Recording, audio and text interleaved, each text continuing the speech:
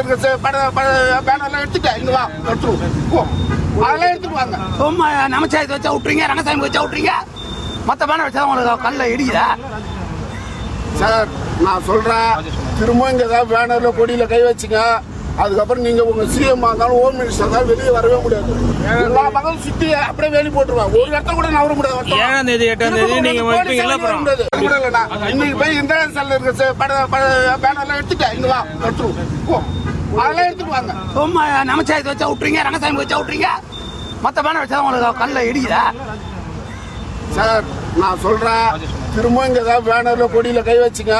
அதுக்கப்புறம் நீங்க உங்க சிஎம் இருந்தாலும் ஹோம் மினிஸ்டர் இருந்தாலும் வெளியே வரவே முடியாது.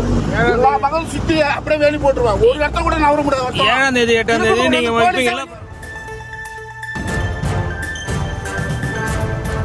அண்மை செய்தியாக பார்த்து வருகிறோம். புதுச்சேரியில் உதயநிதியை வரவேற்பதற்காக வைக்கப்பட்ட பேனரை அகற்றியதற்காக புதுச்சேரி அதிகாரிகளுடன் தமிழக திமுகவினர் வாக்குவாதத்தில் ஈடுபட்டிருக்கிறார்கள். அந்த காட்சிகளை பார்த்து வருகிறோம். மேலும் விவரங்களோடு இணைகிறார் செய்தியாளர் கிருஷ்ணா. கிருஷ்ணா, அங்கு என்ன நடந்தது? மேலும் விவரம். புதுச்சேரி அடுத்த தமிழக பகுதியான மொரட்டாண்டி என்ற இடத்தில் சங்கமித்ரா கன்வென்ஷன் சென்டர் உள்ளது. இங்கு கடலூரை சேர்ந்த திமுக பிரமுகர்கள் இல்ல திருமண விழா நடைபெற்றது. இதில் பங்கேற்பதற்காக தமிழக அமைச்சர் உதயநிதி ஸ்டாலின் வருகை தந்தார்.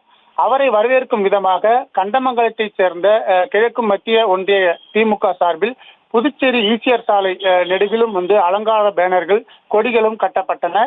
இந்த பேனர்கள் அனுமதி இல்லாமல் வைக்கப்பட்டதாக பேனர்களை புதுச்சேரி பொதுப்பணித்துறை அதிகாரிகள் லாஸ்பேட்டை காவல்துறை பாதுகாப்புடன் பேனர்களை அகற்றினர்.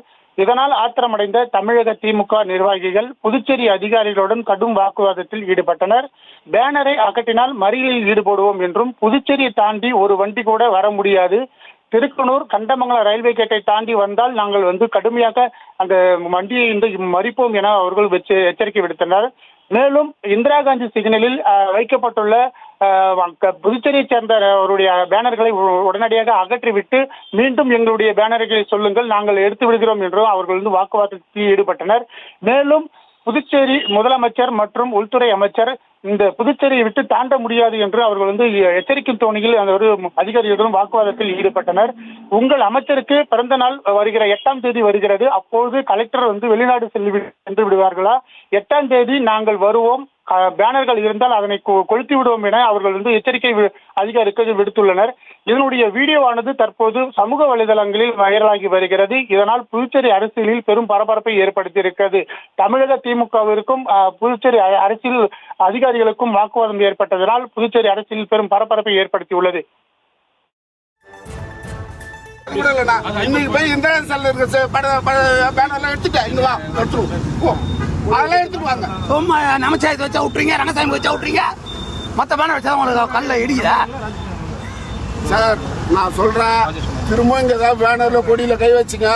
அதுக்கப்புறம் நீங்க உங்க சிஎம் இருந்தாலும் ஹோம் மினிஸ்டர் இருந்தாலும் வெளியே வரவே முடியாது. எல்லா மகளும் சுத்தி அப்படியே வேலி போட்டுருவாங்க. ஒரு இடத்த கூட நவர முடியாது. 7ஆம் தேதி 8ஆம் விவரங்களுக்கு நன்றி. செய்திகளை உடனுக்குடனும் துல்லியமாகவும் தெரிந்து கொள்ள சப்ஸ்கிரைப் பண்ணுங்க.